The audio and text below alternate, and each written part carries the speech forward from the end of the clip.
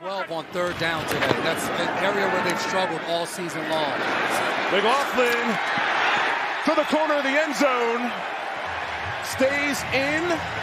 We're here at Empower Field at Mile High, where the Broncos got a 28-14 win over the Carolina Panthers. I'm your team reporter, Elisa Hernandez, alongside DenverBroncos.com lead writer Aric DiLalla. Looking at this offense, you see Bo, few passing touchdowns. Good to see, really kind of spraying the ball out. What can you tell from his performance and the way that this offense was really able to get going, especially on National Tight Ends Day? Yeah, that's right. They did get the tight ends involved today. I think Bo Nix had easily his best game as a young pro. He becomes the winningest rookie quarterback in franchise history, has his 5th win, so that was really impressive to see. And he was slinging it all over the place. I know we've seen him do that in spots over the last few weeks during the start of this season. He's been able to use his legs and pick yards up, score touchdowns, but today we saw him really throw it all over the place. He was able to go deep downfield to Cortland Sutton a couple of times. Cortland Sutton gets his first 100-yard game in a couple of years there with his final catch. And Bo, I just thought he looked comfortable. He stepped up in the pocket. He made plays. There were chances, too, for more big plays. 220 yards, though, in the first half. The Broncos kind of settled in, relied on the run game in the second half, but really impressed by Bo, made some big-time throws, and it gives you hope for what this passing game can be. Yeah, Nate Adkins getting his first NFL career touchdown, so a big day for him, and Adam Troutman also getting involved. He had a really nice one-handed catch. Yeah, that was a great catch. Sean Payton said he didn't expect the ball to go to Adam Troutman there, but he made a great play, another great throw by Bo Nix.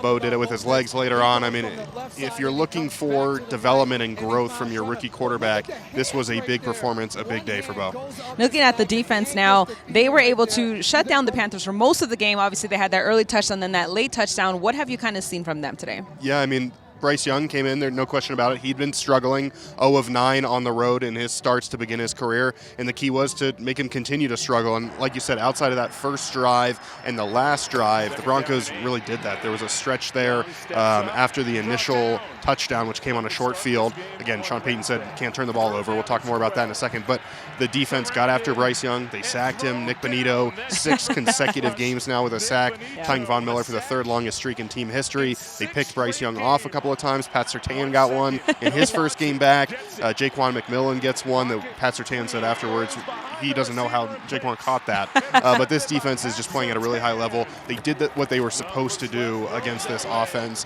and that was look dominant.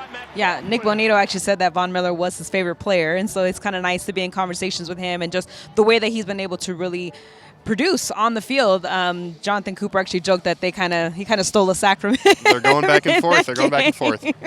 Now, looking at what's next, there's a big test on the road. They're going to face the Baltimore Ravens in Baltimore, and then after that, you have KC looming not too far behind, obviously a division rival there. What are some things that you see that this team can develop from over the next few weeks? Yeah, I think what was interesting is after this game, Sean Payton's tone was very much like, I'm pleased with the game, but we've got to be a lot better. And he said sometimes when you lose, you can overlook good things, and sometimes when you win, you can overlook the things that need to be fixed. That was certainly the case here. Sean Payton said you can't keep turning the ball over, mentioned the 3rd down numbers need to continue to be like they were today. But he said basically they expected to beat this team and that they're going to face teams a lot better than Carolina, and if they don't clean some of these things up, they're not going to be able to get those wins. So I think you're happy getting to 5-3. Obviously, a 2-touchdown win. You never complain about that. Get back to 500 on the year at home.